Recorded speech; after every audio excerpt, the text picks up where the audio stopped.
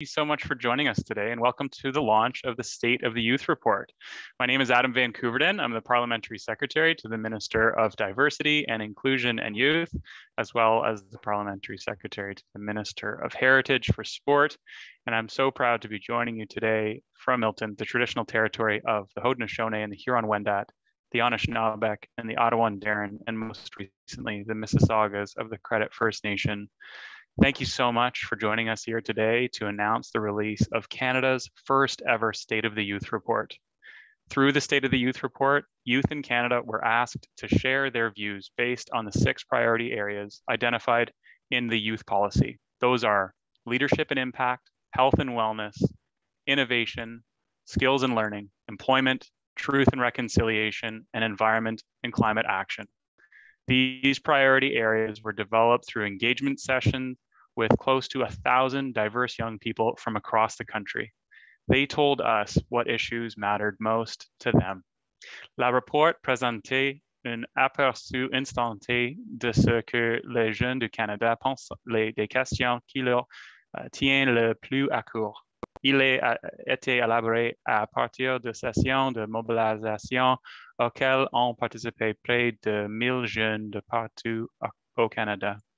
We're joined today by 3 of the 13 members of the Youth Advisory Group who have contributed their ideas and their time into the creation of the State of the Youth Report. The Youth Advisory Group also came together to interpret the engagement data and draft the State of the Youth 2021, in their own words, portion of the report. I'd now like to introduce my colleague, my friend, Minister Bardish Chagger, the Minister of Diversity and Inclusion and Youth. The development of the State of the Youth Report was a part of Minister Chagger's 2019 mandate letter and was a commitment in the Canada's youth policy. So without further ado, my friend and colleague, Minister Chagger, the floor is yours. Thank you so much, Adam. It's been such a wonderful ride to be on with you. And I have to say your leadership has been tremendous, and just your way of engaging and your authenticity is something that we need more of. So I really want to say thank you for helping to create safer, braver spaces and for that introduction. Hello everyone, bonjour. Je me joins à vous de Waterloo en Ontario sur le territoire traditionnel des peuples Anishinaabe, Haudenosaunee et notre. Je suis tellement heureuse de lancer avec vous le tout premier État de la jeunesse du Canada. Prime Minister Justin Trudeau often says that youth are not only the leaders of tomorrow, you are the leaders of today. And you deserve to have your voices heard and represented at the decision-making table. And you should get to have a say in the decisions we make that will determine the future of our country. This report was made for youth, with youth, and by youth. And I want to start by thanking every single one of you who worked so hard to bring it to life, and for all the youth across Canada who gave their input.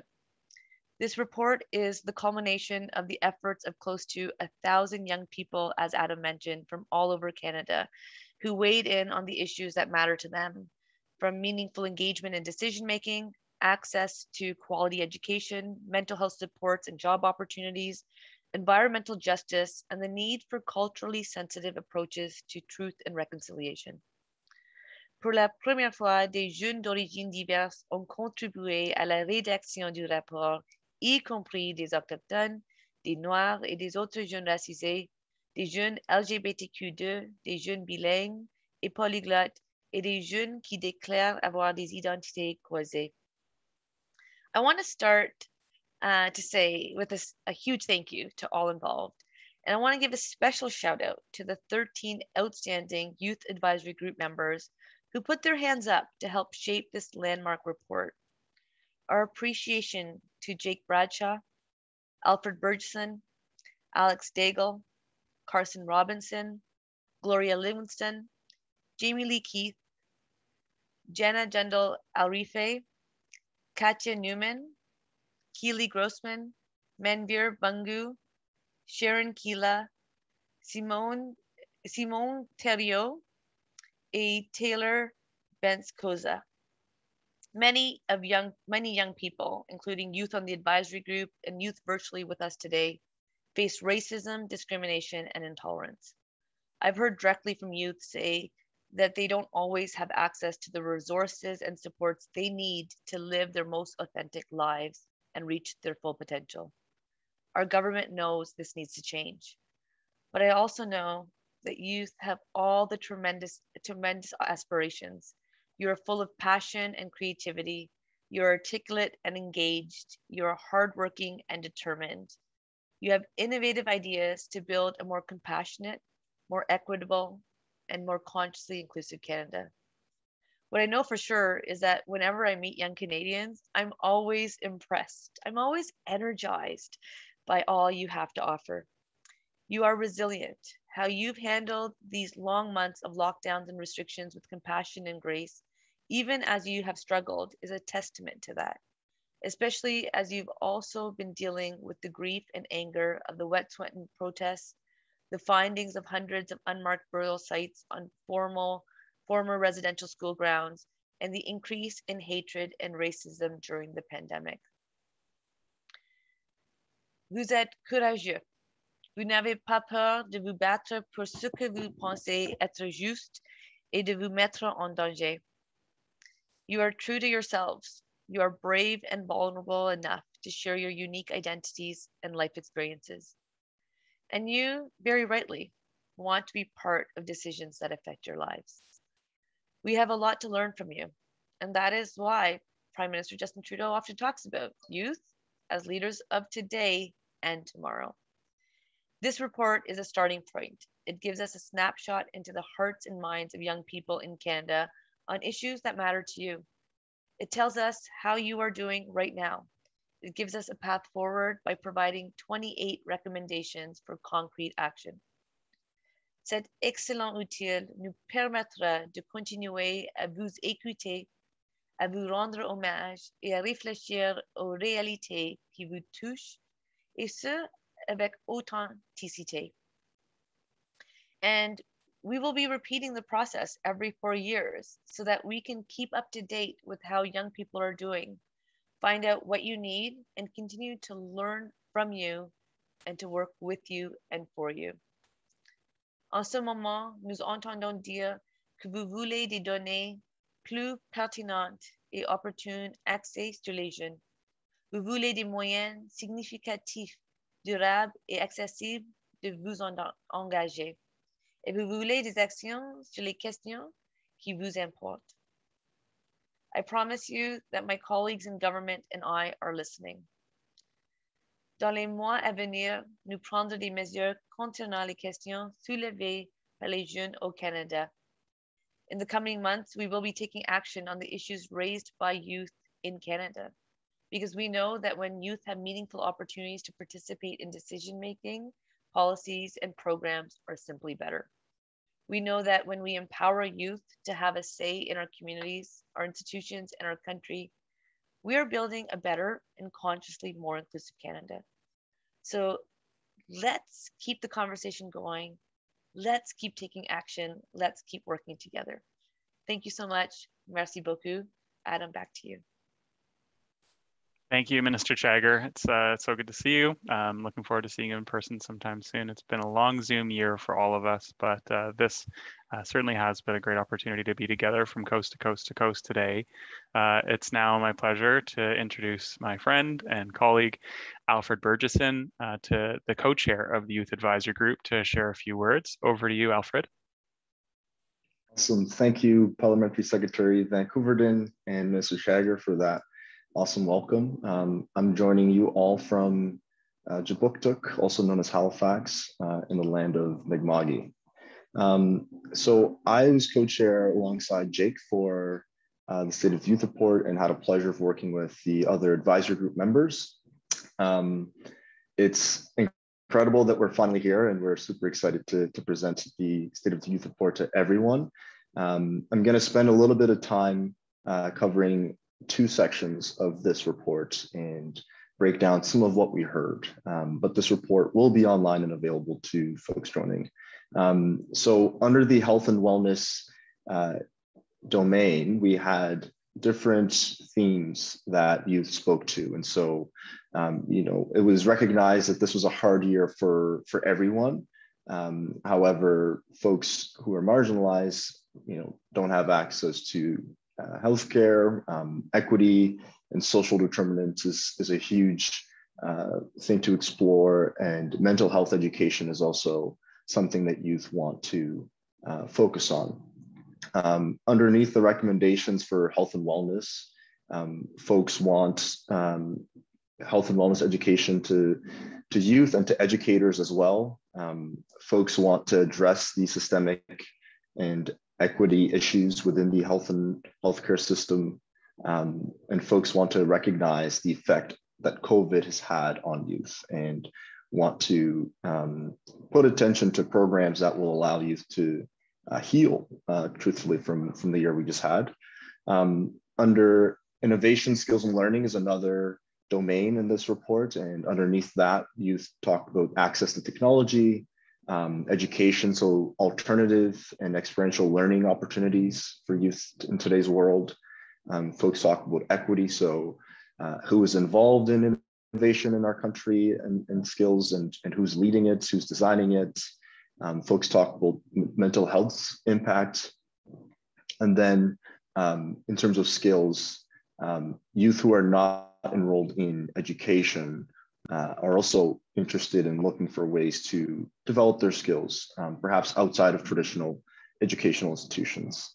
I can also say that there was quite a bit of emphasis on sort of having youth. I mentioned experiential learning, so having work integrated learning opportunities where youth can maybe start an enterprise or lead a community project and find ways to get credit for it, and to also earn money or pursue employment at the same time. So those are the two sections, just to give you a taste. Jake and Alex are going to share some more, but I will leave my time with a quote from a cohort 3 member of the Youth Council, Haban, a good friend of mine. She recently made a tweet about youth in Canada that ended up getting over 90,000 likes and 20,000 retweets. And I think it's quite relevant for this conversation. And so Haban's tweet said, check in on 18 to 25-year-olds in your life. From working and researching youth employment during this pandemic, I've noticed that finding a place in the adult world is so difficult. The pressure of the early 20s, quarter life crisis, plus post-grad anxiety is real. The youth are going through it. So 95,000 likes, 20,000 retweets. So having this conversation about the state of youth is definitely timely, and I'm so glad we're finally here to present it to you all and to get folks attention on the state of youth in our country. And back to you, Adam. Merci Alfred, merci pour d'avoir partagé votre expérience avec nous, et merci encore pour partager le tweet de Haban, nos amis. She is poignant and amazing, and I follow her and retweeted that as well, I believe. J'aimerais maintenant inviter et présenter Alex Daigle, membre du groupe consultatif de jeunes, à partager quelques mots. Alex, la parole à vous. Merci beaucoup. Et merci à la ministre Chagger et merci à vous, secrétaire parlementaire Van Koeverden. Et un grand merci à tous les membres du groupe Jeunesse consultatif qui ont participé à l'écriture du rapport avec moi. Ça a vraiment été une expérience incroyable. Et honnêtement, ce fut vraiment un honneur de participer à l'écriture du rapport au nom des centaines de jeunes consultés, presque 1000 jeunes. Et je suis heureuse de vous partager plus de contexte sur les sections environnement et action climatique et leadership et impact. Alors, dans la section leadership et impact du rapport, les répondants insistent beaucoup sur l'accessibilité d'opportunités qui sont accessibles, donc des opportunités qui ne sont pas limitées aux personnes avec un certain degré d'éducation ou d'expérience antérieure. C'est vraiment important de reconnaître les différents types d'expériences vécues, les différents types de leadership qui existent. Par exemple, les personnes qui sont des leaders locaux dans leur propre communauté, qui ne sont pas des leaders à grande échelle. Bon, ce leadership-là doit être reconnu et ces opportunités-là doivent être disponibles pour ces personnes-là qui ont des impacts dans leur communauté et ils doivent être reconnus également. Un autre point très important sur les répondants, c'est sur les opportunités de leadership qui sont actuellement non rémunérées, qui ne sont pas accessibles pour les personnes à faible revenu, qui n'ont pas les moyens de donner leur temps bénévolement, qui limitent vraiment leurs accès à certaines occasions. Les occasions de leadership à tout niveau devraient être rémunérées et devraient être équitables pour que les rôles de leadership reflètent réellement la diversité des populations existantes au Canada. Les jeunes insistent aussi que les outils pour avoir accès aux opportunités devraient aussi être disponibles et accessibles. Alors, on parle d'accès à Internet, d'accès à des téléphones cellulaires, des plans de téléphones cellulaires qui sont abordables, et ça, peu importe où est-ce qu'ils se trouvent au pays, pour que ce soit réellement équitable, que les gens peuvent réellement avoir accès à des opportunités de leadership accessibles. Parlons maintenant de la section environnement et action climatique. Alors, les jeunes cherchent des actions importantes et concrètes dans le domaine de l'environnement et de l'action climatique de la part du gouvernement fédéral. Une première recommandation du rapport touche la mise en place de politiques de transition équitable ou Just Transition, afin de mettre en place des politiques environnementales équitables qui visent la réforme des industries polluantes comme l'industrie pétrolière, l'industrie des combustibles fossiles, vers des emplois verts. De plus, on parle de l'importance de l'accessibilité et de la reconnaissance du privilège actuel dans le domaine de l'environnement parce que c'est crucial. On parle par exemple du privilège d'être dans un endroit qui est moins touché par les changements climatiques. Il faut aussi reconnaître que les communautés marginalisées sont souvent ceux qui ressentent le plus les effets du changement climatique. Et c'est pour ça qu'on recommande fortement la promotion de la souveraineté autochtone dans notre rapport. C'est une de nos recommandations dans cette section-là. Ces communautés peuvent et devraient pouvoir décider comment intégrer leurs pratiques et leur culture dans la gestion de leur propre territoire. Finalement, c'est aussi crucial d'offrir aux communautés des opportunités de mettre en place des projets environnementaux dans leur région qui font la promotion de l'éducation et de la collaboration. Alors, on parle de projets de centrales solaires pour la communauté ou encore de centres de compost communautaires. Alors, ce sera des subventions, des opportunités disponibles pour ces communautés-là qui cherchent à mettre en place des beaux projets communautaires. Nous devons travailler ensemble pour limiter les impacts de la crise climatique qu'on voit actuellement et le gouvernement doit prendre des décisions pour le bien-être de la population et non au bénéfice des entreprises. Merci beaucoup encore une fois. Ça a vraiment été un honneur de participer à l'écriture de ce rapport-là. Et c'est vraiment juste un contexte des deux sections, mais j'encourage vraiment tout le monde à aller lire tout le rapport parce qu'il y a vraiment des recommandations exceptionnelles de la part du groupe. Et de retour à vous au secrétaire parlementaire. Merci beaucoup, Alex. C'est toujours très inspirant d'entendre des jeunes qui font un travail incroyable dans leur communauté. That was amazing. Thank you so much, Alex.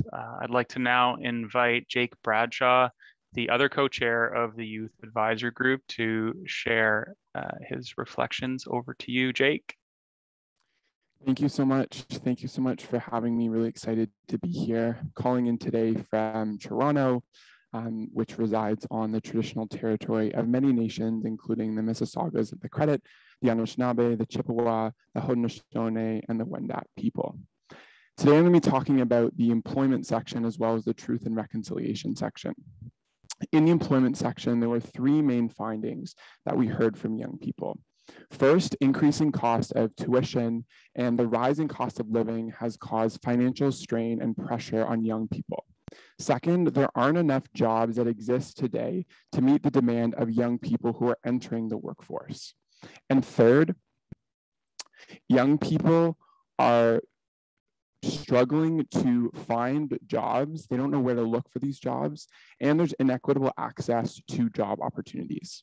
Our main recommendation in this section was to create an employment guarantee for young people that meet certain criteria and creating a centralized hub where these opportunities could live.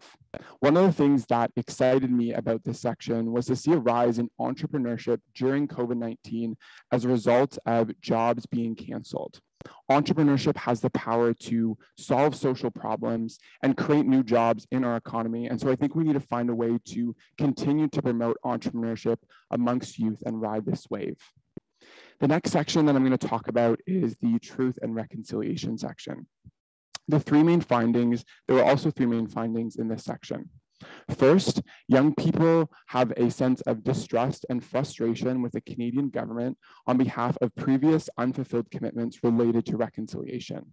Second, young people believe that everyone has a role to play in the reconciliation process, and reconciliation will only happen through the participation and cooperation of every inhabitant of this land. And third, young people are calling on the Canadian government to acknowledge the ongoing impact of colonization and make reconciliation a top priority agenda. One of the things that stood out for me in this section was hearing from youth who lacked an Indigenous education in their school system and curriculum. This was something that I did not learn about in school, and this needs to change. I have so much to learn when it comes to reconciliation, and we have so much to learn as a country. And I believe that Indigenous education in our school system and these types of conversations are important for us to move forward. Thank you so much.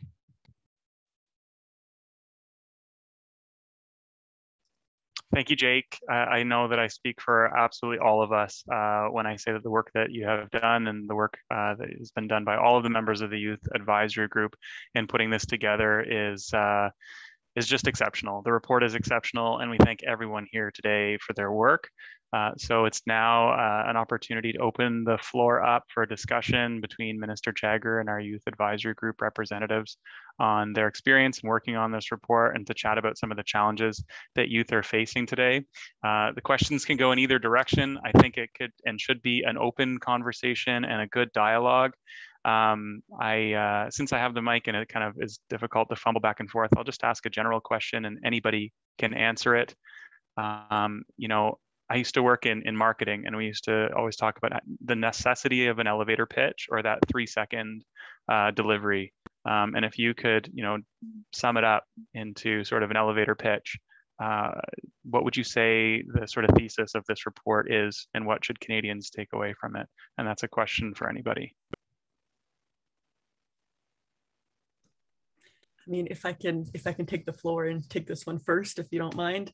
I mean, I think the pitch for me is, I feel like we're often putting the burden on the youth of today to, well, what do you need? What do you want? You're the leader of tomorrow. And while that's true, like Minister Chagger said earlier, we are also the leaders of today. And if you want to hear what we have to say, this is it. Over almost 1,000 people participated in the consultations. Only youth wrote this report. I think this is the best tool that is currently available for the government and for the Canadian population to understand what youth are looking for. And I think the answer is now readily available, and let's look into it and put it in action. Brilliant. Merci, Alex. I don't want to guide this. This is your project, and I want to hear from you. And I want to pass it back over to Bardish. I'm really set on hearing from you guys and making sure that you've got the floor so that you can clearly articulate to Canadians the findings of this. But over to Bardish. Thanks, Adam, and merci, Alex. Vos commentaires étaient très bien reçus. You know, it's interesting because I got involved in politics when I was 13 years old, fighting for things that mattered to me. I didn't have a vote, but I did have a voice. And oftentimes there's young people who are involved. So would love to know, what made you put your hand up? What was the experience like? And what would you say to other youth looking to get engaged or involved? Because sometimes I think we're trying to fit in, and I think we're hitting a spot where each individual can be their true authentic self. And it's not about fitting in, but actually developing policies that are inclusive so that every individual can be their true authentic self. So would love to know, why did you put up your hand up? Why did you put your hand up? Because this is just adding to the burden of all you have to do. What have you gained out of it? Also feedback to the government and officials as to what we could do better, because we've never done anything like this. And then how do we, you know, get more people involved, or should they get involved?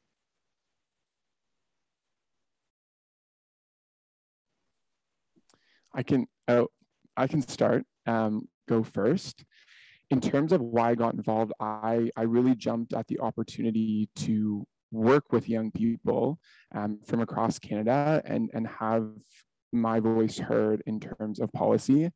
I think that most young people, who are given that opportunity will be really excited by that idea. So it was kind of a no-brainer. It was never a, oh, do I think I should do this? It was always pretty clear to me. I learned so much throughout the process from my fellow advisory report members, from our meetings, from Indigenous elders that joined our conversations.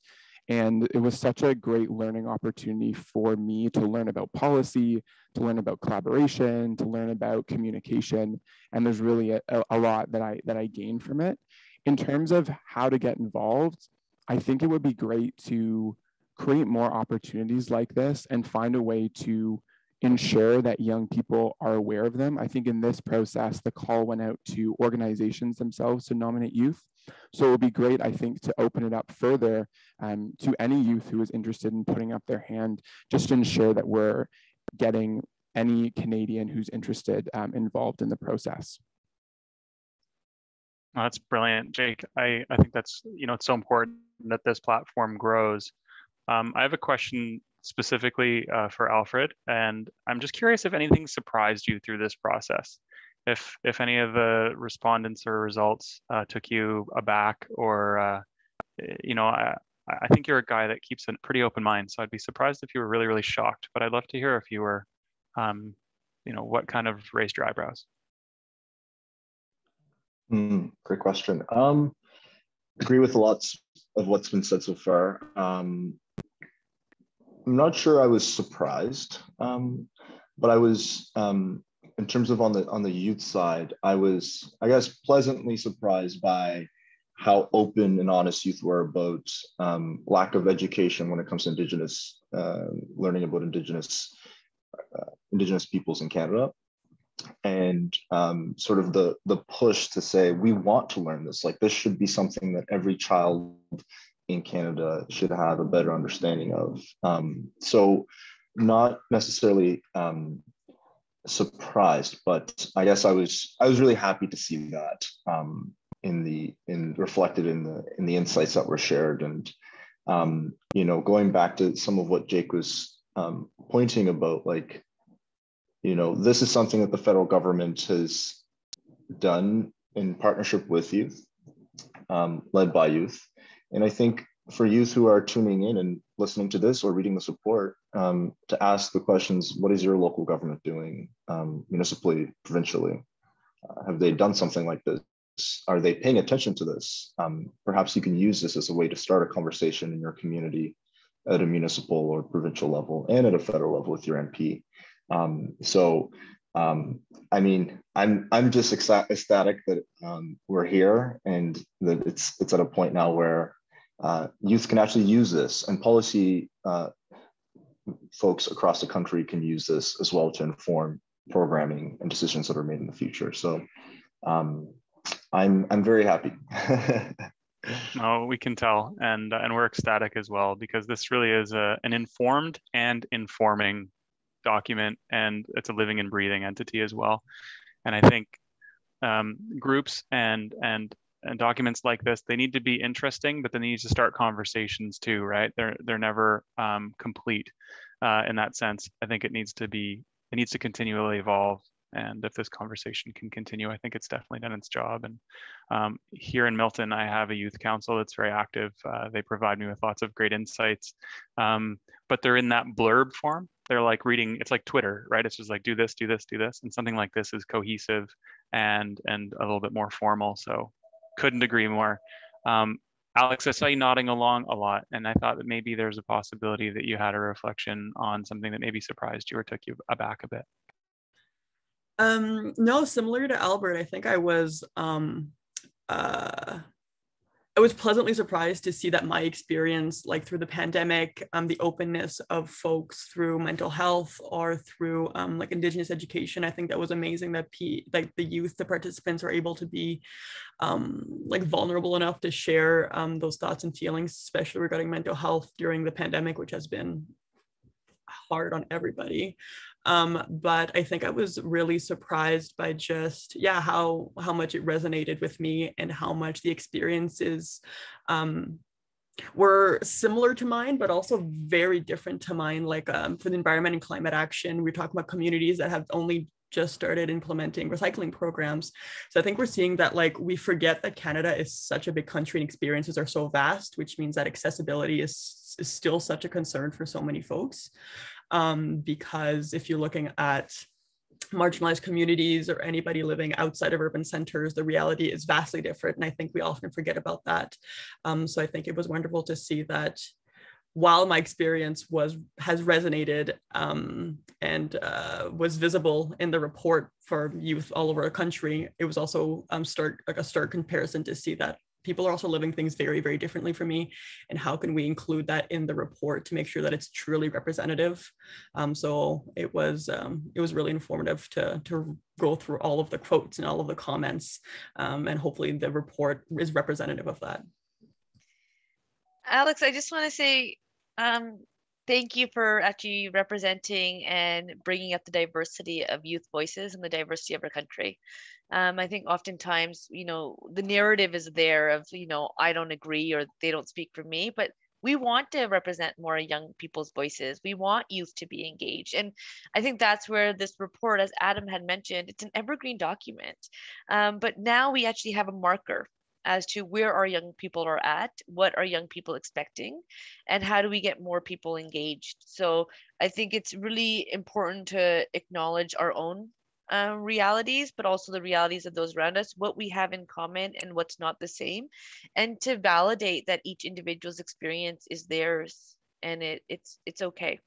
And I want to really give a shout out to all youth advisory group members and participants for working with the youth secretariat. We've never had a youth secretariat in Canada, but we do have one now. It's because Prime Minister Justin Trudeau was the first full minister of youth, because your voices need to be represented. We have a commitment and are well on way to hit the target of 75% of Crown corporations having at least one young person at the decision-making table, at their board table. And what I've been seeing in my community here in the Waterloo region and surrounding areas is people are saying, should we have a youth member on our advisory board? Yes, you should. Should we be engaging young people? Yes, we should. Where do we find young people? Well, young people are everywhere. So what I would say to everyone listening today, please keep this conversation going.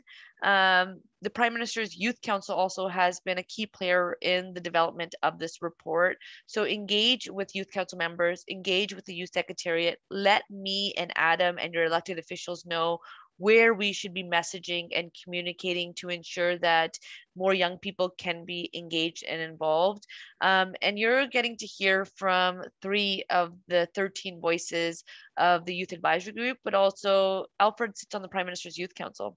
And I can say, and Alfred knows, that we have really good conversations and we learn so much. And council members came on to participate in one facet or another, and I think have actually had their horizons broadened.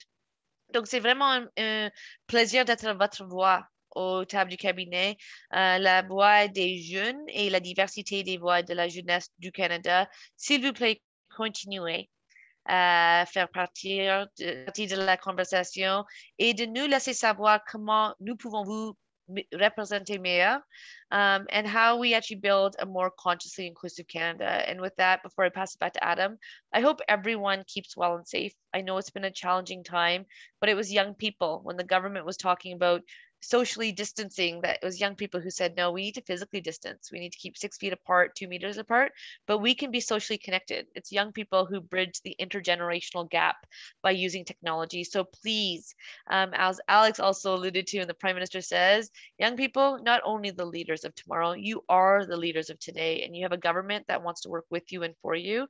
And we're listening and hearing all you have to say. So never hesitate to instigate conversations or plant some ideas so that we actually build the Canada that you are proud of and want to live in. So with that, keep well and safe. Adam, back to you. Thank you, Minister Chagger, and thank you, Alex and Alfred and Jake, for your reflections today. I want to thank everybody for joining us today. This report creates greater awareness of how youth are doing and highlights all of the opportunities and challenges faced by youth in Canada in their own words. I think that's the most important part. Please, you can find the report online. We will share it widely and broadly on social media. Merci encore. Thank you very much for being here today. And thank you especially to all the youth that participated. Merci beaucoup et au revoir.